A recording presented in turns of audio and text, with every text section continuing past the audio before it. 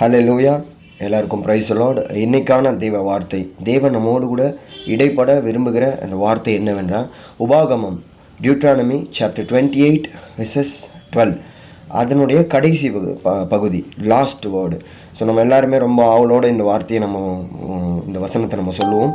அது என்ன வார்த்தை அப்படின்னா, நீ அநேக ஜாதிகளுக்கு கடன் கொடுப்பாய், நீயோ வாங்காதிருப்பாய். You shall lead to many nations but you shall not பரோ.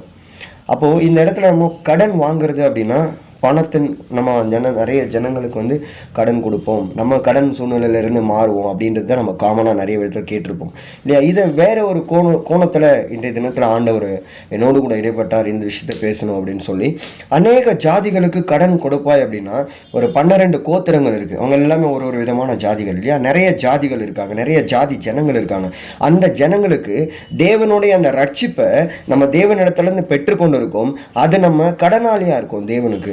அந்த ரட்சிப்பை நிறைய ஜாதி ஜனங்களுக்கு, யாரோ ஒருத்தர் 2 பேர் ரோட்ல போயிட்டு இருக்கக்கூடிய, யாரோ ஒருத்தர் 2 போகிறோம், நம்ம கூட இருக்கக்கூடிய ஒருத்தர் 2 பேருக்கோ இல்லை, அநேக ஜாதி ஜனங்களுக்கு நீ அந்த அன்பை, தேவனுடைய அந்த ரட்சிப்பை கடனாக கொடுக்கணும் அப்படின்னா அவங்க என்ன பண்ணணும்னா, அந்த ரட்சிப்பை வேற ஒருத்தவங்களுக்கு போய் சொல்லணும். தேவனால நான் ரட்சிக்கப்பட்டிருக்கேன், தேவ அன்புனால நான் ஆட்கொள்ளப்பட்டிருக்கேன், இதுதான் இயேசு கிறிஸ்து, அவருடைய அன்பு, எனக்காக அவர் சிலுவையில் அடிக்கப்பட்டார், உனக்காக அவர் நொறுக்கப்பட்டார், இந்த அன்பை நீ மற்றவர்களுக்கு தெரியப்படுத்துவாய் அப்படின்னு அவங்க போய் மற்றவங்களுக்கு சொல்லணும்.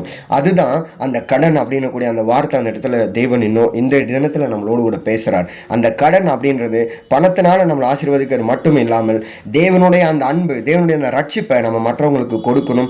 இந்த விஷயத்தை நம்ம கடன் கொடுக்கணும் அப்படின்ற விஷயமா பார்த்ததோடு மட்டுமல்லாமல் அதை அப்படியே விட்டு விடாம நம்ம அந்த கட்டளை, அது ஒரு கட்டளையை எடுத்துக்கிட்டு தேவனுக்கு நான் கடனாளியா இருக்கேன் அப்படின்னு சொல்லி இதை நிறைய பேருக்கு இந்த சுவிசேஷத்தை கொண்டு போய் சேர்க்கணும். And God bless you all.